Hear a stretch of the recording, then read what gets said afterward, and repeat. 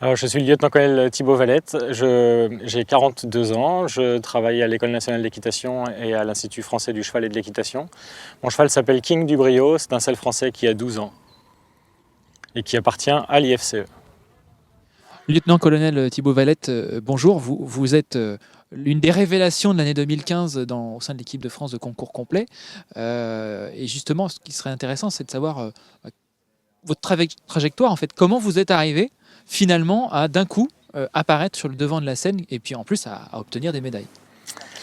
Alors c'est un parcours un petit peu atypique, c'est-à-dire que je suis militaire, donc j'ai toute une formation militaire en fait. Je me suis mis à cheval très tôt, enfin je montais à poney très tôt, mais j'ai arrêté pas mal en cours de route. Donc en fait j'ai fait mon premier concours à 28 ans, je pense, quelque chose comme ça, donc très très tard. Voilà, j'ai travaillé à Fontainebleau au centre sportif d'équitation militaire, à Saumur à la section équestre de l'école de cavalerie dans le centre-ville, puis à Fontainebleau et puis de nouveau à Saumur mais à l'école nationale d'équitation. Après j'ai eu la chance de monter pas mal de chevaux assez différents et puis la chance surtout de tomber sur King qui est un cheval assez exceptionnel. Et du coup, la progression s'est faite assez rapidement, assez naturellement aussi. Il a gravi les échelons et moi avec, de manière assez naturelle presque, pour arriver jusqu'au championnat d'Europe l'année dernière. Alors justement, à quel moment vous avez pu faire le choix finalement entre une carrière purement militaire, on va dire, même si elle est proche des chevaux, et puis une carrière d'athlète de haut niveau? À quel moment vous avez pris cette décision, j'imagine, avec votre hiérarchie? Alors en fait, je suis rentré dans l'armée pour les chevaux. Je savais qu'il y avait une filière sport équestre militaire dans l'armée, donc je suis rentré pour ça. Après, on est tenu de faire au minimum 2 ans en tant qu'officier dans un régiment. Donc je suis parti dans les chasseurs alpins à ce moment-là et j'y suis resté même 3 ans. C'est une expérience qui m'a beaucoup plu, qui m'a beaucoup apporté, qui m'a fait beaucoup mûrir, je pense aussi. Voilà, mais j'avais toujours l'équitation qui me trottait dans la tête et donc je suis rentré au centre sportif d'équitation militaire en 2002, je crois. Et voilà, mais c'était voilà, ma vocation militaire a été largement agrandie en même temps que ma vocation de cavalier en fait. Est-ce que vous avez senti tout de suite en King un cheval de haut niveau? Est-ce que ça a été une révélation immédiate? Alors King, c'est un cheval qui a été acheté assez tard par l'ENE. Il a été acheté à la fin de son année de 6 ans, mais il avait presque rien fait en compétition.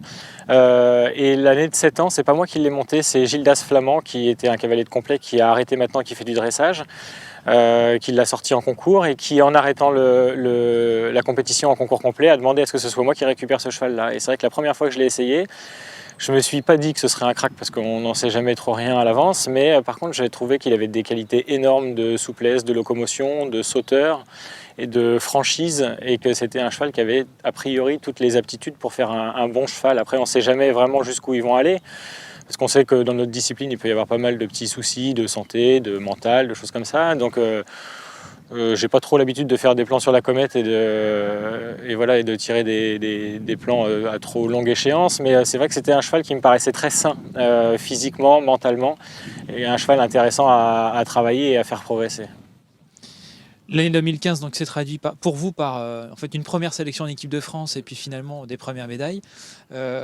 Comment vous avez géré ça finalement, cette médiatisation soudaine et puis peut-être un peu de pression aussi, non?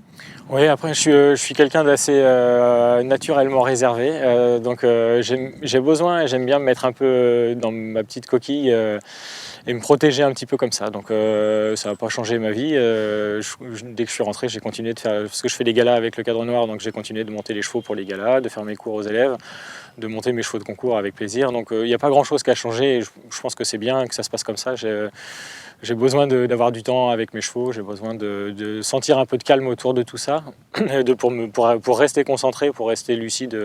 Voilà, l'année 2015 est passée, elle était très belle, j'en suis ravi, mais elle est terminée et puis maintenant voilà, je suis concentré pour la suite. J'ai besoin, en commençant les épreuves, de m'isoler un peu, de me mettre dans ma bulle, de visualiser beaucoup mes parcours avant, et pour pouvoir essayer de n'avoir plus qu'à les reproduire quand je suis à cheval, et j'essaye de faire comme ça. Voilà. Alors finalement, ces Jeux Olympiques de Rio, finalement, pour vous, c'est quelque chose de naturel? Est-ce que C'est quelque chose de naturel, oui et non. C'est-à-dire que c'est quelque chose qui arrivera si j'arrive à faire comme j'ai fait l'année dernière dans la préparation de mon cheval et puis dans la façon de le monter. Mais ça va, bien sûr que c'est un objectif qui est particulier, qui pour un sportif est un objectif merveilleux, mais ça ne se fera pas au détriment de la complicité et de la confiance qu'il y a avec mon cheval, de sa santé, de tout ça. Donc on va faire les épreuves les unes après les autres, le laisser récupérer, le repréparer, faire en sorte qu'il les vive bien, qu'on ne fasse pas de bêtises, et puis on verra au mois de juillet comment ça se passe, si on est sélectionné ou si on n'est pas sélectionné. Mais je vais pas, j'ai pas envie de tout casser pour une échéance. Voilà. Alors justement, pour préparer cette échéance, en dehors des stages fédéraux, j'imagine que vous avez fixé déjà avec Thierry Touzin le calendrier. Combien d'épreuves vous allez courir? Alors normalement le cheval commence le cheval commence certainement ici à Saumur dans l'étape du Grand National. Ensuite il ira peut-être à Fontainebleau courir le 3 étoiles, mais il a déjà couru les 2 dernières années, donc c'est pas encore sûr. Ensuite il ira faire le Grand National à Pompadour, avant de partir en Angleterre à Chatsworth faire un CIC 3 étoiles, un format court, sur un terrain avec pas mal de dénivelé pour préparer les chevaux, et puis on fera l'étape du Grand National au Haras du Pin. Voilà.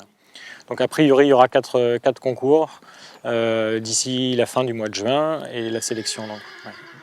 Bon alors, quel est finalement votre statut au sein de l'équipe de France? Parce que vous étiez le petit nouveau l'année dernière, entre guillemets. Vous avez devancé tous les autres, y compris les anciens. Cette année, est-ce que vous êtes parmi les piliers, les favoris? Oh, c'est pas à moi de vous le dire, je sais pas. Moi, voilà, j'essaye de monter le mieux possible et que mon cheval soit le mieux possible. Après, je laisse le soin aux autres de me mettre où ils veulent me mettre. Mais non, c'est vrai que ça a été une belle expérience. Ça donne en même temps un peu de confiance en soi et puis ça permet de dédramatiser pas mal de gros concours ou choses comme ça. Après, je suis d'un naturel à tout remettre en question à chaque fois, donc ça va pas me changer plus que ça finalement. Bon, et porter l'uniforme.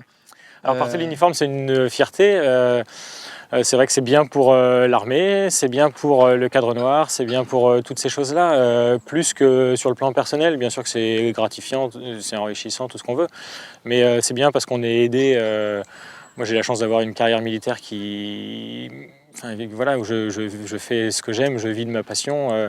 J'ai la chance d'être aidé ici par le NE et par le cadre noir, donc ça fait du bien à tout le monde et je dirais que ça me fait plaisir pour l'armée, ça me fait plaisir pour le cadre noir de pouvoir avoir eu ces résultats-là et puis de pouvoir voilà, d'espérer pouvoir aller aux Jeux, alors même s'il n'y a plus d'uniforme aux Jeux Olympiques, mais bon voilà, je dirais quand même que je suis militaire et que j'appartiens à l'ENE. Thibault Lelette, on vous souhaite vraiment tout le meilleur pour cette saison 2016. Merci beaucoup.